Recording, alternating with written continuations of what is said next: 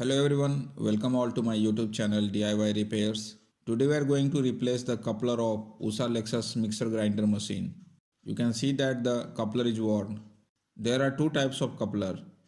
One is threaded type, which is screwed into the shaft of the motor by turning it anti-clockwise. The second type coupler is not screwed but is directly seated in the slot made in the shaft of the motor. If you don't know which type of coupler is fitted, first of all try to lift the coupler by inserting a screwdriver in the cut made in the body of the mixer grinder. This cut is made to drain out the fluid. If it does not come out, it means that the coupler is of threaded type. So we open the coupler by jerking it in the clockwise direction with the help of an iron rod or a screwdriver.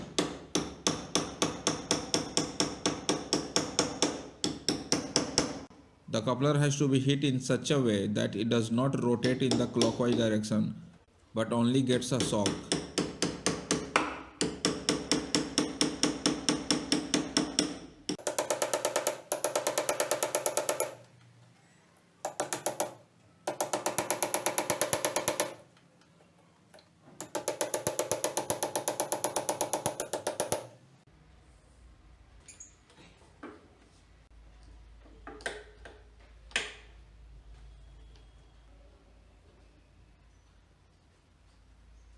If even in this way the coupler does not open, then cut the coupler off with the help of a hexagonal blade.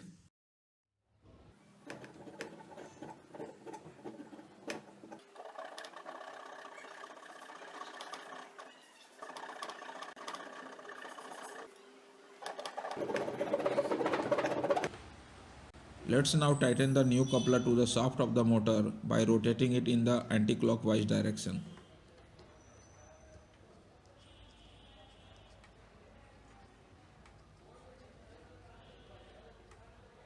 There is another problem with the mixer grinder.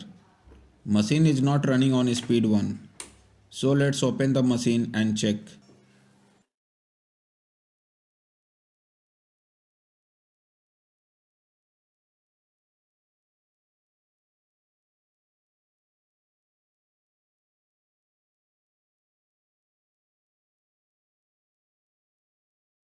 You can see that pin 1 of the speed selector rotary switch had some parts on it that got burnt.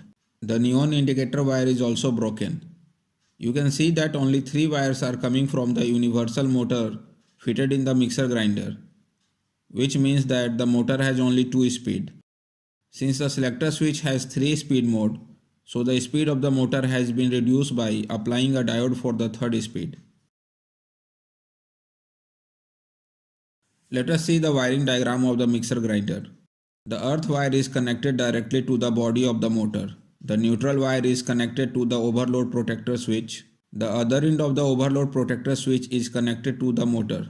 The power on neon indicator is connected directly to the live and neutral wires, while the overload neon indicator is connected to either end of the overload switch. It will light up only when overload protector is switched off, because only then this neon bulb will get neutral from this end and live from here. The live wire is connected to the common of the rotary switch. Since this motor is of 2 speed only, a diode 5408 has been used for the third speed, which can take current up to 4 ampere. The diode is connected between pin number 1 and full speed pin number 3 of the rotary switch. By applying diode, the average voltage of AC will be almost halved. Hence the speed of the motor will also be halved. This whip push button switch rotates the motor at full speed by passing the rotary switch.